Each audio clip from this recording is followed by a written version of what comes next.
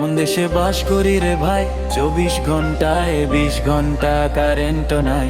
রিক্সা ভাড়া করে হেঁটে যাওয়ার অবস্থা হলো তাই, তবু দল কানা মানুষের এ দেশে অভাব নাই।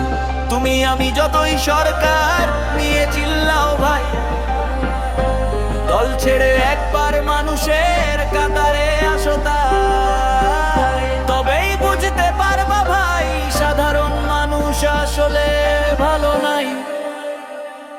এমন দেশে বাস করি রে ভাই, 24 ঘন্টা